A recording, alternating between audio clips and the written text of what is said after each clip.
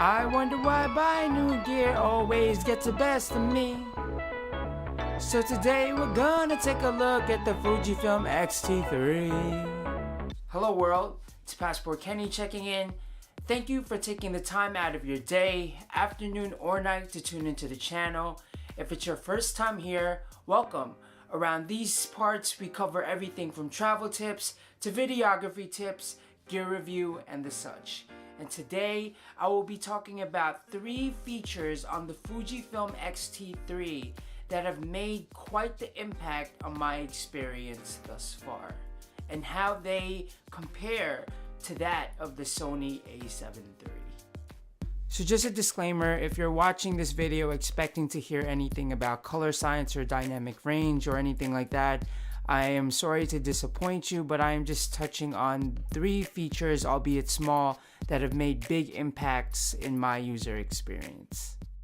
So without further ado, let's get right into it. Now I love the fact that the X-T3 is a built-in intervalometer. It makes taking time lapses easier and negates the use of an external intervalometer, which although is quite inexpensive, requires an extra accessory that would need mounting. I love knowing that I can just compose my frame, dive into the menu, set the settings and intervals for my time lapses. It has allowed me to slow down at points in my shooting, thus exercising my patience. As of right now, the only thing that resembles an intervalometer on the A7III is the S&Q function.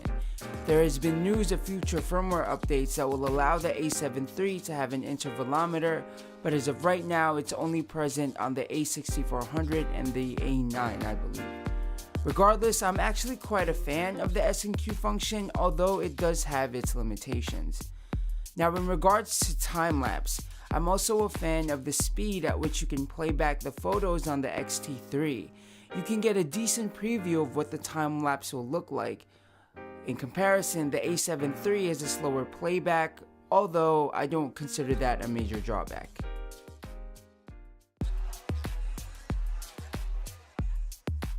Now this may seem mundane, but the menu/interface is definitely worth mentioning when comparing the two cameras.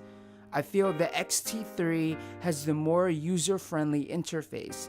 For example, if I wanted to change the quality rate of my photos or my videos, I can do so easily because of the sectioning off of the photo and video IQ. As where on the A7III, it's still hard for me to remember exactly which tab contains these features.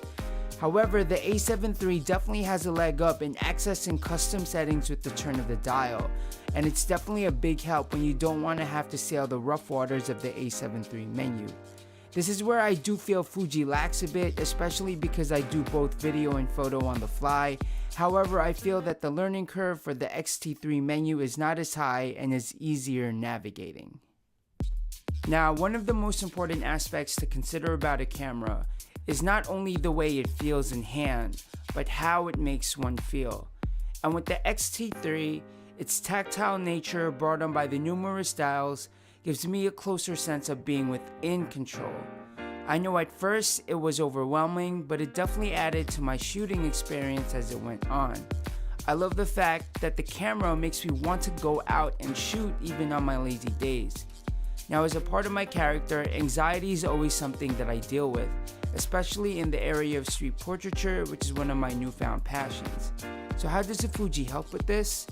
Well, by being able to press and play around with the dials and buttons on the top of the camera, it actually helps me regain focus and clarity by channeling my nerves into something I can control. Now, I know this is not a technical wonder that Fuji may have intended, but for me, it's actually one of the biggest things I love about the X-T3 over the A7III. This is one take. Okay, so. Now the Fujifilm X-T3 has been heralded as one of the best total camera packages that has released in the last year. And in my time shooting with the Fujifilm X-T3, I can definitely say that those compliments are well earned. Despite having the lack of internal body image stabilization and a battery life that's comparable to the Sony A6500 in my opinion, there's still so many things going for this camera that allows it to remain at the top tier of competition. Now, I also do feel that we can get caught up in buzzwords like 4K 60p and bit rates that we forget it really boils down to user experience. I feel that a camera can look so amazing and beastly on paper, but if it just doesn't feel right when you're shooting with it, then nothing else really matters. Which is why I chose to speak on 3 features, albeit small in the grand spec sheet of things. They made quite the impression on me while shooting with the Fujifilm X-T3 and have helped me form my opinion about them. Now, does that mean that I'm willing to make the complete leap of faith over to the Fujifilm family? Well, not quite yet. There's so much that I love about the Sony A7 III, and as of right now, it's still my main video workhorse. Although I will say, as of late, I have been reaching for the Fujifilm X-T3 as of late more often than not.